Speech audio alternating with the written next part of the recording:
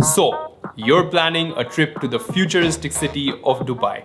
Well, Dubai is a vibrant and exciting city that offers something for everyone, from towering skyscrapers to stunning beaches and world-class shopping. Being in this city feels like you're in a life-sized Disneyland, and there's just so much to do with so little time.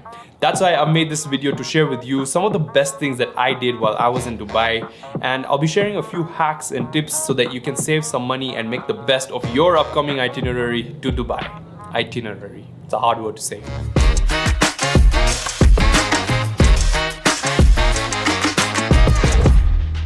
So without further ado, let's get started with where you're going to be staying. The two most popular places to stay at are downtown Dubai, where most of the tourist attractions are, and the Dubai Marina. But given the fact that they're in the popular areas of Dubai, you'll be paying higher prices. So we stayed at the Radisson Blu, which costs around $170 per night. There's a third area that you can stay at, which is slightly far off, but it has a lot of budget options, and that's an area called Deira, where we stayed at a random hotel called Fortune Hotel for just $80 a night because we were running out of money. Yep, make sure you have your budget all planned out, because if you don't, you'll be like us and you'll start running out of money because you spent a lot. Next up, getting around Dubai, which is extremely easy.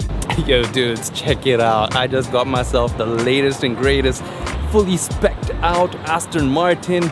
This right here is my new ride. Get out of here! The metro and buses are well connected to all tourist attractions, and it's very affordable.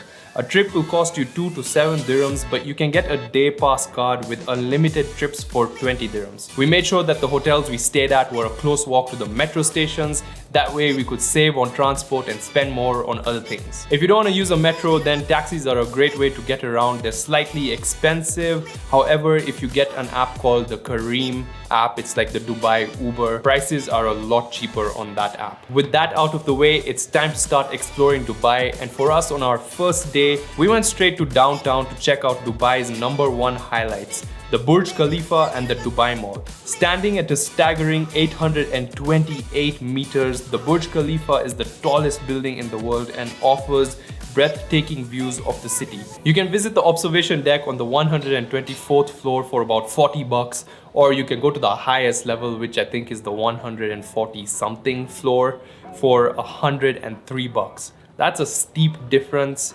But you're following the Adventure Sync channel, and I'm here to give you so much value. I have another option which I'll share later on in the video. So hold on to that money for now, and let's go to the Dubai Mall.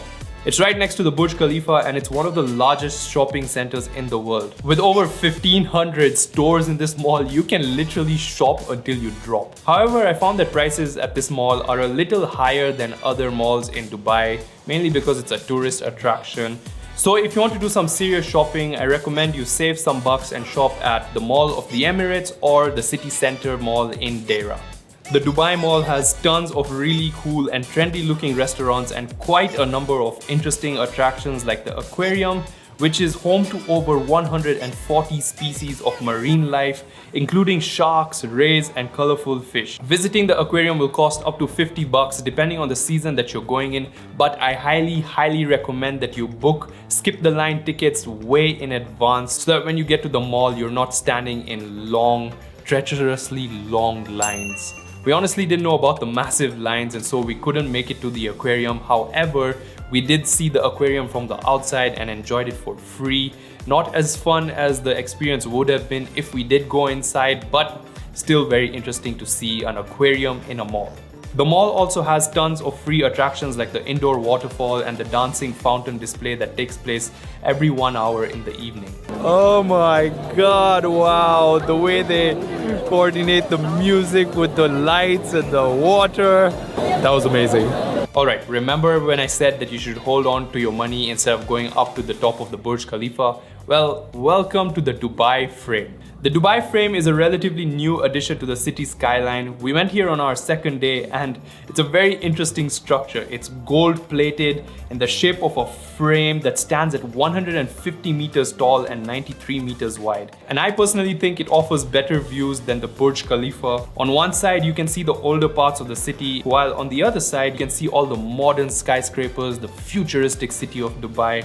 It's such an interesting contrast And when you're at the top of the frame, there's this glass feature that when you step on, it kind of like turns from opaque to transparent and you can see the bottom. It's very exhilarating and scary and fun at the same time, so you should definitely check that out.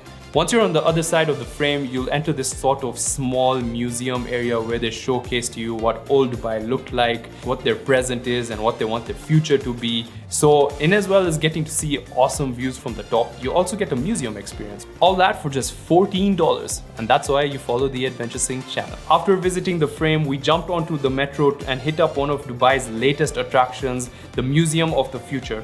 You guys, when I say this building is wow. They nicknamed it the most beautiful building in the world. Unfortunately, we didn't get a chance to enter and see, but I've read that they have really futuristic exhibitions that would blow your mind. Please make sure to book in advance, again at least 2 weeks in advance, and I'll leave all the links below where you can make your bookings so that when you get to the destination you don't get disappointed because your dates are not available. That's kind of what happened to us and it sucked. So make sure you book everything in advance. Dubai is a really popular place, guys. The next place we checked out that I really loved was the Dubai Marina. So the Dubai Marina has a beautiful waterfront promenade. Now you can try to fit it in on your second day after the museum. I'd highly recommend you get to the marina in the evening and stay there to watch it light up in the night. It's such a vibe. When we got there, we rented bicycles using the Careem Bike app, and honestly, it was such a fun way to experience the marina. There's tons of activity happening along the beach. For us, we happened to stumble upon a free cooking and food tasting event. I was pleasantly surprised because I love free stuff, especially if it's in Dubai. There's loads of restaurants overlooking the marina, and we ate at this Turkish restaurant. It was quite pricey, but I highly recommend it. Oh my gosh, the food was so good. And their baklava. Oh my gosh, I want to go back to Dubai Marina. Take a swim at the beach as you wait for the marina to light up, and when it does, you can take a ride on the largest Ferris wheel in the world, inspired by the London Eye. Again, remember to book in advance. On our third day, we shopped in the morning and then headed to Old Town Dubai in the evening. I'm actually really glad that we decided to go there in the evening because as we were exploring the traditional architecture and then making our way across the creek, it was kind of like we landed in Aladdin while the sun was setting and everything just looked so beautiful. It's kind of like, I can show you the world vibes. Oh, so beautiful. Old Town Dubai is the historic heart of the city, offering a glimpse into Dubai's past. Alright, so I mentioned crossing the creek. We did that on this traditional boat called an Abra, and that's when we got to the souks and the markets where we explored and enjoyed all the beautiful spices that were out on display. And there was this one shop that we went to in particular where the shop owner was so friendly. He was showing us all the different spices he had, making us smell the menthol, and he was just explaining what each spice does. It was such a fun experience and he gave us some huge discounts. So just check out this shop over here. If you want to go to, I highly recommend you go to that shop. Super friendly guy, and also crazy thing, he was giving us so many things for free on top of what we bought. At the souks, you'll also get to the gold souk where you can see some crazy record-breaking stuff like the largest ring in the world. I think it's the largest necklace. Over here, we also got snuck away into a shop where they made us try on traditional Arabic outfits, which looked super cool. I swear, I could be a very good-looking Arabic man. There's lots of shopping that you can do at the souks, and there's amazing street food that you can try here. We ate loads of shawarmas, had masala tea. It was such an amazing experience and I highly recommend. On our final day, we did a desert safari tour. It's basically a day trip where you go into the desert and you have a couple of different activities you can choose from. So we did some dune bashing where you get into a Land Cruiser. It just drives so fast over the sand dunes, you feel like you're going to die. There's other activities like camel riding or getting into dune buggies and riding them yourself. After that, you get to enjoy a beautiful sunset before you go into this Arabic setup camp and you watch belly dances and fire shows as you're having dinner. Now for me, unfortunately, the tour company that we did this with, I didn't enjoy the experience that much. I felt like it was too sped up and it wasn't authentic. But however, after coming back from Dubai and watching other YouTube videos, I've seen other tours where they give you a more exclusive experience. It will be more authentic and you can do a lot more during your time in the desert.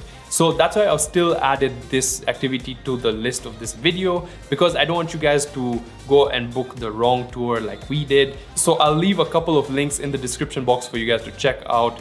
You're welcome. And there you have it, the perfect Dubai itinerary that will allow you to experience the best of the city, from its modern landmarks to the cultural heritage. And I hope this video has helped you in your planning to Dubai.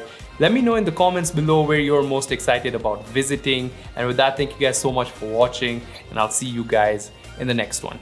Peace!